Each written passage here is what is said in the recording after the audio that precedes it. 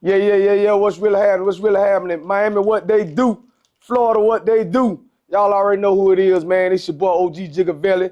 You know what I'm saying? The host of the fastest growing podcast out of Miami-Dade County and all of Florida. Thanks to every last one of y'all that's been subscribing, commenting, you know what I mean? And doing what y'all do. Y'all keep doing it, and I'm going to keep doing what I do, man. Bringing y'all up and coming, you know what I'm saying? Superstars out of all of Miami and Florida, right? And also, man, y'all know I've been throwing the kids in there because we want to keep encouraging them, you know what I mean, to do what they do, right? But now today, man, this one here kind of personal, man. I got my guests is coming straight out of Overtown, man. Town of full life, man. This brother here, man, he doing some extraordinary things. His story need to be highlighted, man. He been doing a lot of good work, man. I'm talking about that boy Anthony Gray, man, the author of the book Soul That Care. I'm gonna bring him in, man. I got him in the studio coming from a long way, y'all. What's up, OG, what they do? Man, you are whatever we tell him to, man. Whatever we tell him to. What you got there? I got the book, man. A soul to kill, a blessing that came from trouble. Man, we gonna talk about it, man. They need to know. They need to know about it, man. Okay. Yeah, man. So how was the trip, man? I know you coming all the way. You from town, but you coming all the way from where? From Boston, man. I moved up there a few years ago, yeah. I've been telling people, man. I've been telling them like, boy, you can find a Miami boy in Alaska. For real talk, you can find a Miami boy in Alaska getting down with Eskimos, man. Yeah. So we got a Miami boy straight from Overtown, way up in Boston. They need to hear this story, man. Like what led you to Boston, right? So I already told you from Overtown. Yeah. Let me know about how it was growing up Overtown, man, your family, the dynamics and everything. Well, I was born in Jackson Moore Hospital in the 80s. My mama was a little girl. She was 15. I was her second seed. My daddy was 17. He was on that 10th floor when I was born. So he wasn't there at my birth. Right from there, we went right to the tracks on 17th Street. And that's where it began, man. That's what I seen my upbringing. That's when I started, you know what I'm saying, learning the ins and outs, right to the trap. So my mama was 16 with 3 kids. My dad, he got out by that time. He was 18 with 4 kids. He had one from outside relationship. Growing up, in my book, I speak on the experiences I have in Overtown. At age 6 years old, that's why I witnessed my first shooting, right there by the garbage can off the tracks. So that upbringing you see in drug dealing, shootings, but to me, that became normalized. Facts. And that's when I speak about a lot, how our kids normalize crime and negative things at a very young age, and it shapes a developmental into being predisposed to gun violence and other things that leads to prison or death. I'm glad you touched on that subject because I know you jumping a little bit ahead of me because I want them to understand what you created with your project, A Soul That Care, right? So you saying growing up Overtown, and then for those y'all don't know, the 10th floor, Dade County Jail, legendary, man, juvenile flow. I happen to spend some time there, man. I remember the mama lines. I'm talking about the mama lines, man. I mean, when you got direct file to that 10th floor, man, they had a line of mamas standing out there wondering why they haven't heard from their son. You know what I mean? So the 10th floor was definitely a hard spot. Your dad was up there. He was definitely a soldier, man. Yeah. You know what I mean? But growing up Overtown, growing up without your pops in your life, your mom, she was like a single household type situation, right? So did you start like most guys? Did you gravitate to the streets, commit crime, or what? What was like? What did that produce in you early? Produce criminal lifestyle, like knowing that I was gonna go ahead and become not a victim, but a perpetrator to the streets, meaning that I was gonna go and get involved in everything that was possibly involved in the streets. My uncle, my cousins, all of them was involved in it. And plus my dad a gangster, you know what I'm saying? So anytime I get a chance, he went to prison when I was 6 years old. He went 1991, he got a 25-year sentence for trafficking cocaine. And after he fell, by the time I became a teenager, we moved from the town.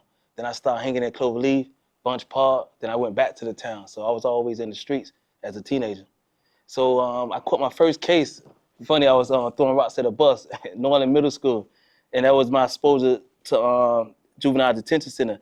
Then I kept going back and back and back. You know what I'm saying? I kept going back.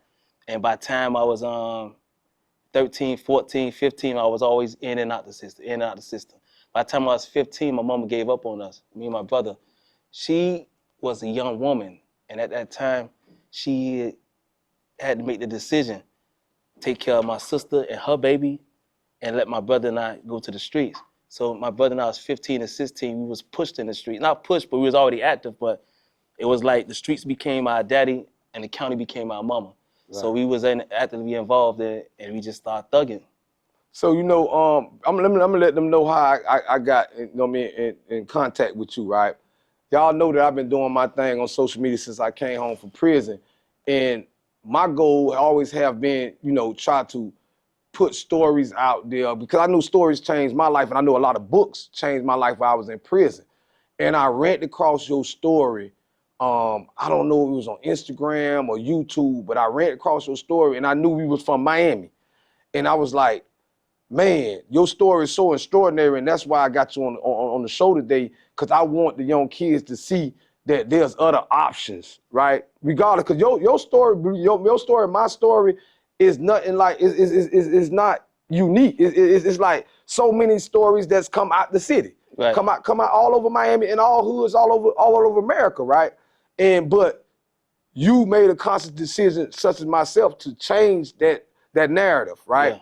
And if y'all followed me, and those of y'all that been following me, I did a story on him before I started the podcast, What They Do. And tell them what your profession is today. Like, we know you went to prison, did you went to prison? No, right? the juvenile camp. Went to juvenile camp, really, but you spent time in the system. Yeah.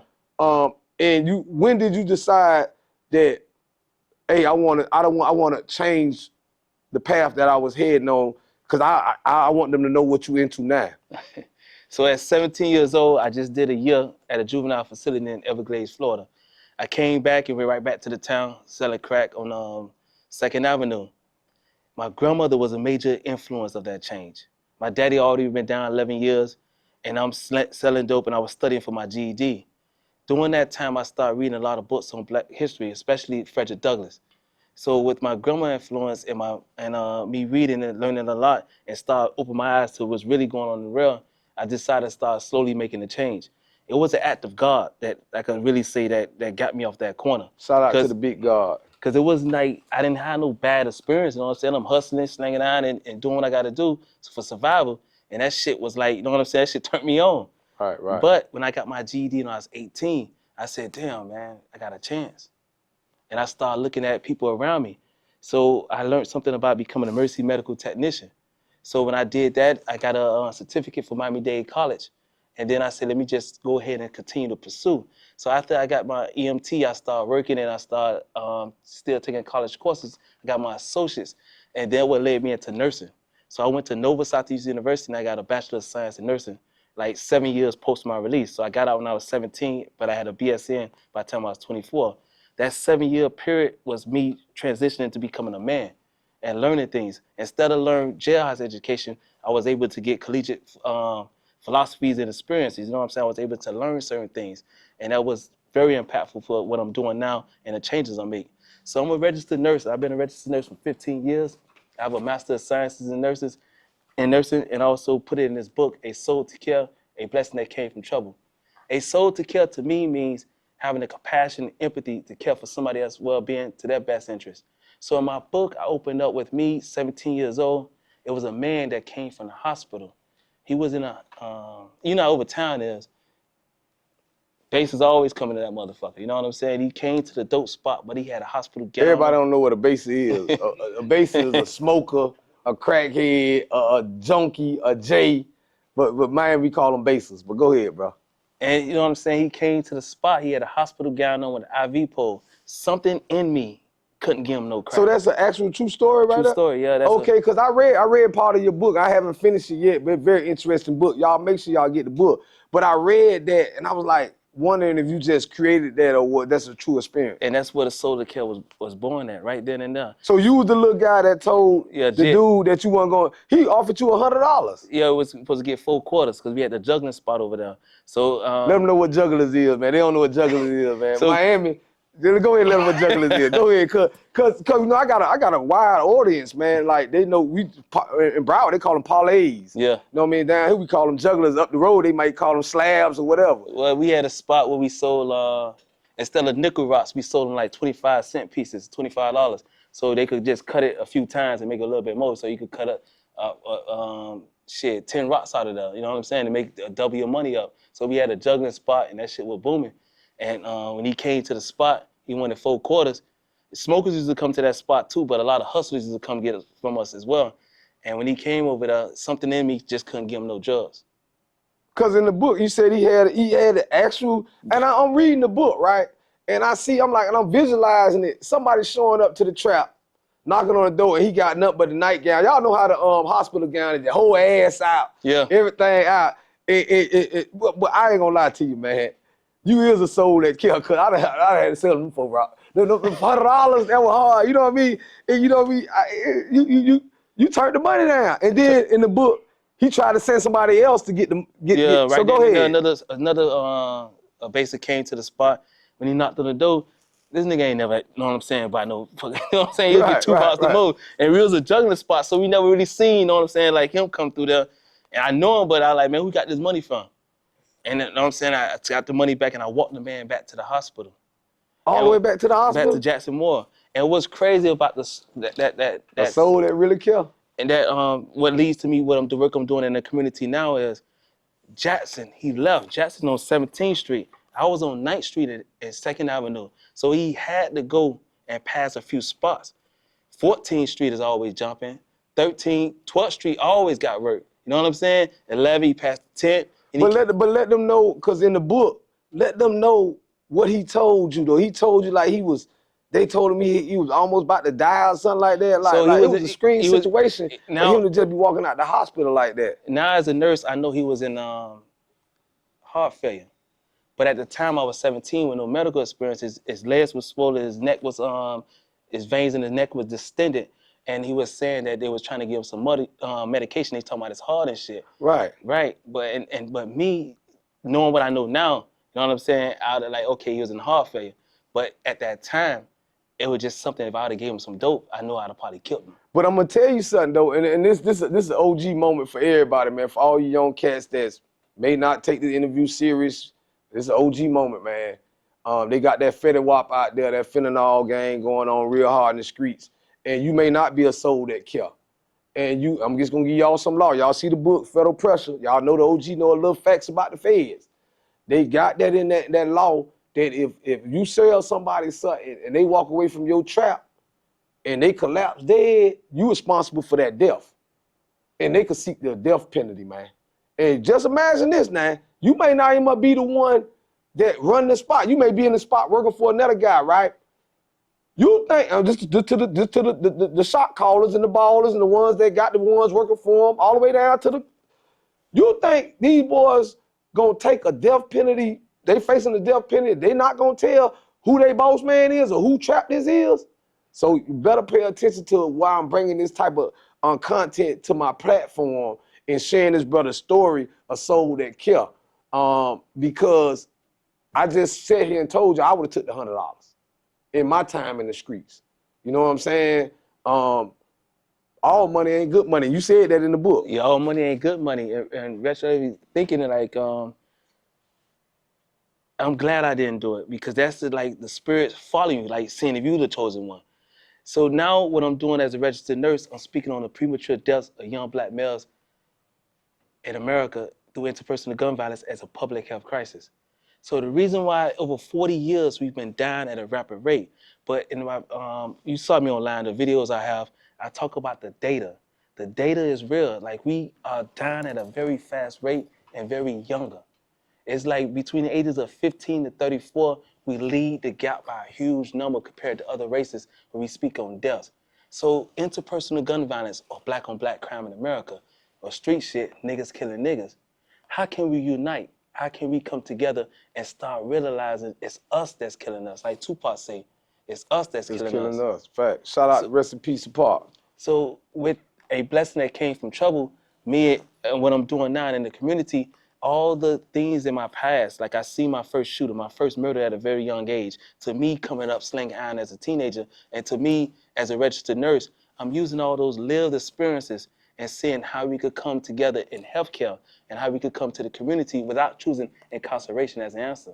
Because your story, when you mass incarceration, when you got sentenced in 2006, when I read your story, there's so many other stories like it, but I gravitated to your books, and your books was very like descriptive and explaining what's going on in society. That we need these stories out there like that. We need to start thinking like Jed did all this time in prison. He kept coming home and he trying to reach the youth now because they don't know.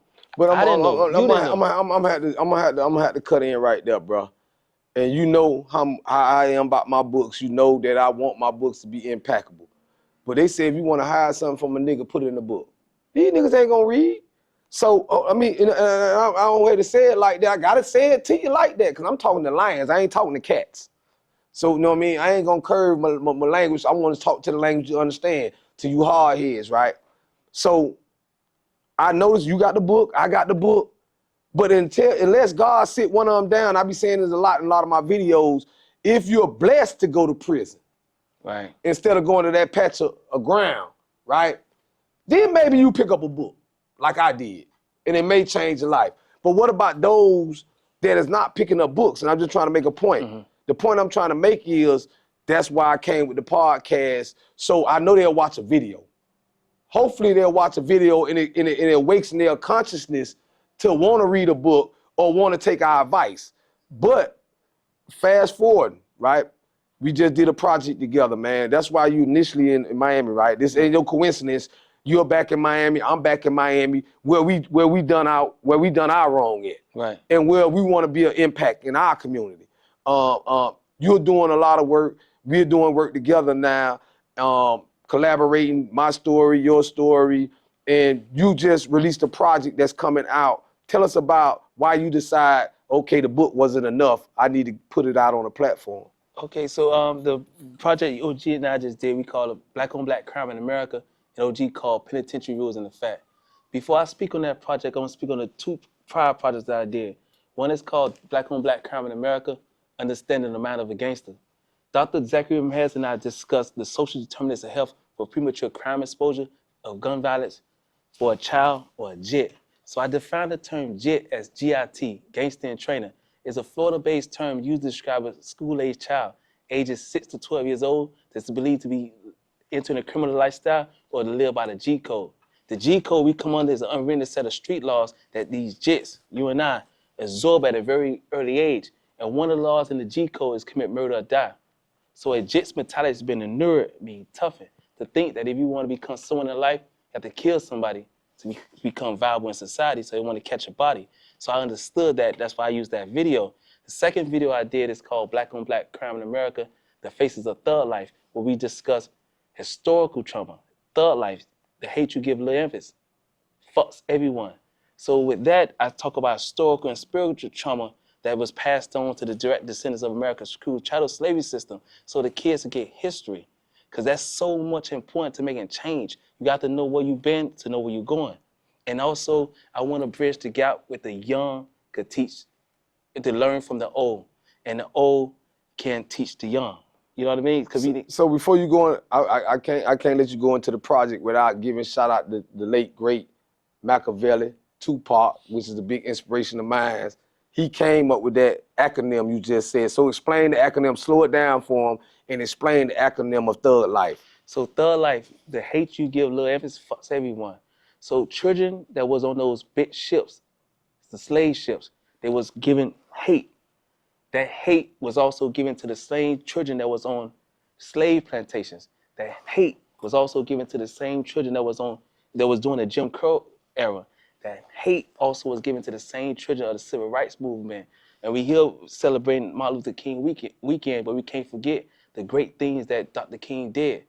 And then that same hate was transferred all the way to the children living in war zone communities in America today. Right now today. Thug life. Thug life. That's what Tupac was saying. Now the project OG Gigaveli and I collaborated is called, an OG called Penitentiary Rules in Effect. The reason we titled this because penitentiary rules unite fractured gang members into coming together to fight. OG put in his book where he described a riot that happened, and it was a race riot. Facts. And usually dudes, black guys who beef with each other, came together and united under the race card. Same way if they was in the state pen, they'll come together and unite under the city or county town, wherever they from. But those in the county jails, they'll unite under which neighborhood they from. So if jailhouse rules unite us, how can we not unite on the streets? Facts. But they tried it in the LA before, right? We done seen the peace treaties with the Crips and Bloods in LA. I'm gonna play devil advocate a little bit with you, right? People gonna say the project that me and you're working on, they already done tried it. Like they done tried it in LA, shit ain't gonna stop. People gonna still beef, they gonna still gang bang. But I agree with you, because speaking about the riot, in prison, it's a number game. Right. So you gonna reunite, and it's a more stricter environment. And it's more violent. I can't say it's more violent, but it's more violent per se in a more smaller environment, so it intensifies the violence. When you see violence happening every day in our community, it seems normalized because it happened over here around the corner. Right. A 13-year-old boy got shot in Florida City. Down south? Florida City, what? Florida City, down south recently, New Year's Day. We in Liberty City, we like, okay, Buddy just got shot around here yesterday at Arcola Park. You know what I mean? So it's so many, but in prison, what it unites the brothers because it's happening like the dorm ain't right, it's happening inside your dorm. We got to get together. So the think that, and I'm just saying, pandemic adequate, some people may think like, oh, you may be reaching too far. That don't make too much sense because, prison, the reason they do it in prison because they have to do it. Why do we have to do it out here in the world? Like, why would you think, the OG call for prison, how you just explained, why you think that would work? I mean, I'm hoping that it worked, and I know, but I just had to be realistic, to say that we're gonna lose a lot of young people. So it's three things that we face in the predominantly African-American communities. Either we're gonna be a witness to a violent crime, a victim of a violent crime, or become a perpetrator of the violent crimes. So an OG call meaning the young can learn from the old, and the old can teach the young, and the young has to protect the old. So when we make the call and say the peace treaty or to unite, it's all about survival. How can we survive so this youngster won't walk down these steps and end up with pressure or federal pressure? How can he come into the academia realm and excel? Because it's all about how we're gonna get to the next step. Negro, every niche should grow. Every generation should be better than the next. But so many of our parents are losing their kids at a very fast rate. Where are the kids gonna go? You know what I'm saying? Me, I just throw that I play that. I'm working on you with the project. I'm not giving up. You know what I mean? I know because me honestly thinking, I see the whole dynamics of everything, and to not respond, to not hear the call, to not be able, I sleep well at night because I know every day that I wake up, I put forth effort to put this type of consciousness out there as an OG. You know what I mean? I take OG for serious. It ain't no original gangster. I ain't no gangster. I'm offering up guidance. That's what OG stand for in my life, offering up guidance. I didn't have it as much as that we had, but I didn't have the pressure that these young kids are under nowadays either. Even though I talk about pressure in my book, the pressure that I was under was like $300-400 type of pressure. Couple pair of Jordans. Yeah. You know what I'm saying? These kids up under these designer pressure, $1,600, $1,500. Then they got social media intensifying it. The fake, even though the jury look real, it's fake or whatever, just so much that our kids are under. I'm saying that to say that I still have hope, and I'm gonna do my part. I know that you're doing your part, and we're gonna do it for those that are gonna listen. So what I've been doing lately now is I haven't been so much focused on those that are not listening, but encouraging those that are listening.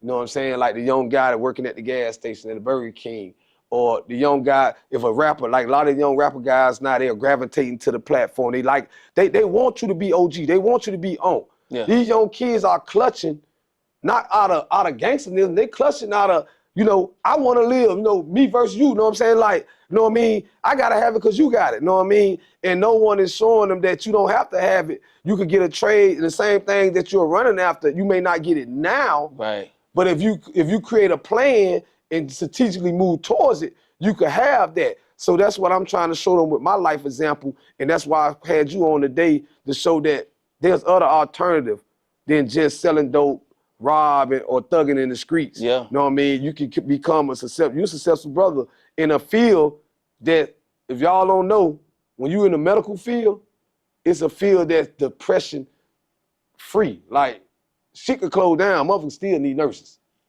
Shit could close down, motherfuckers still need doctors. You know what I mean? So you know, you hear nurse, you always think of a female. Right. You know what I mean? To see a brother from Overtown, from my hoods, you know, cause all the hoods in Miami, my hood. So to be from Overtown, and Overtown being one of the grimiest hoods, to see you weighed up representing us in Boston and still have a soul that care. See, I plug that in, a soul that care to come all the way back down to Miami and do what you're doing, man. I salute you, bro. Appreciate it, homie. Appreciate it. And I'm working with other healthcare members in the community, see how we could create platforms and create pathways that calls for the young to stop clutching and start clutching on opportunities. And that, like, it's so important for them to get their history and also have that understanding that they are viable. Self-actualization goes a long way in survival. So, and to see it, just to be viable in society. You know what it is to put a preferred intravenous line to someone, then you give them some medication to save their life. I can't explain, you know what I'm saying? I've been a nurse 15 years. I done seen it so many times, and it happens all the time working in the emergency department.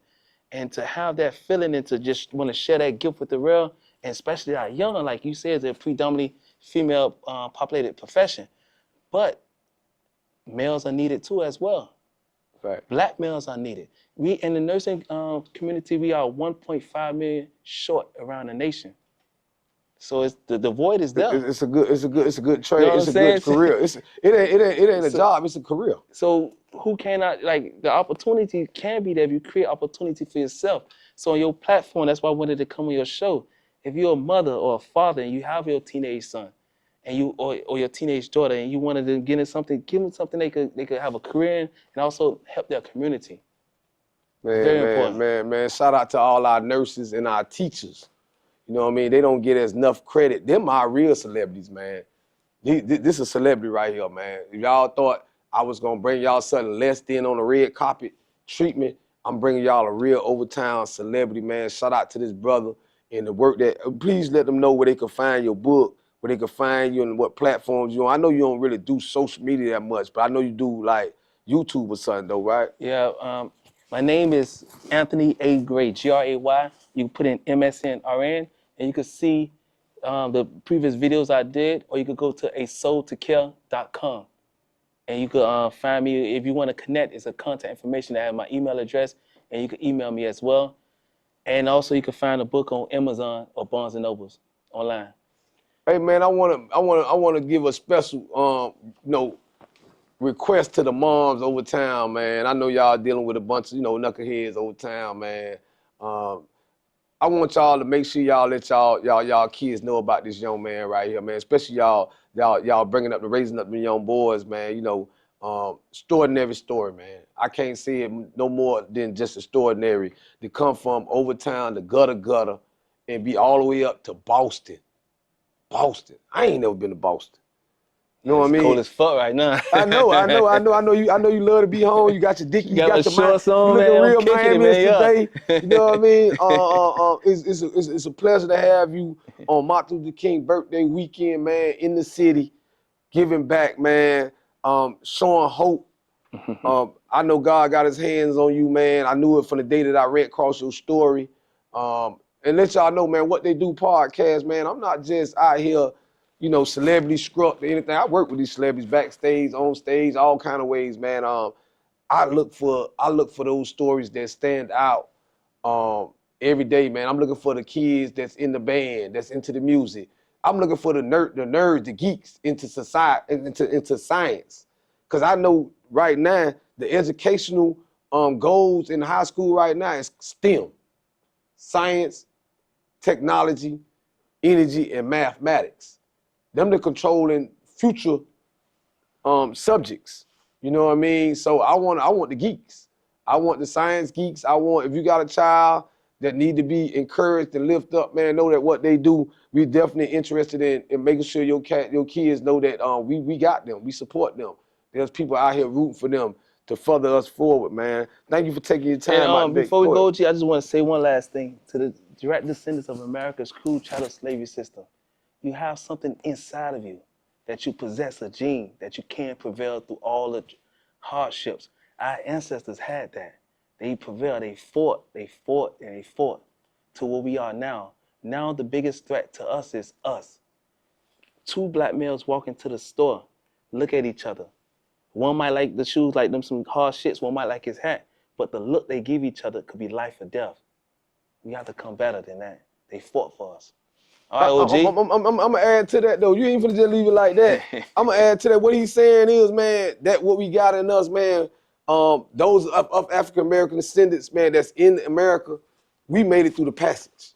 We come from the descendants that made it through the patches. That means we gonna be all right. You know what I mean? We are gonna be all right. We may lose a lot in this what we're going through, but we're gonna be all right. You know what I mean? We got that survivor in us, man. I understood what you said right there, man. It's good to have you on the platform. Sure. Make sure y'all tap into my brother book right here, man. A Soul to Kill. I've been reading it, man. I enjoy it. We gotta start waking up and read, man. Stop letting people think they can hide things in books from us, man. Y'all intelligent, man. Thanks for y'all for subscribing to the platform, comment, like. Make sure y'all share. This your boy, Gigaveli, man. What all they day. do. Whatever we tell them to, man. You already know what it is. For sure.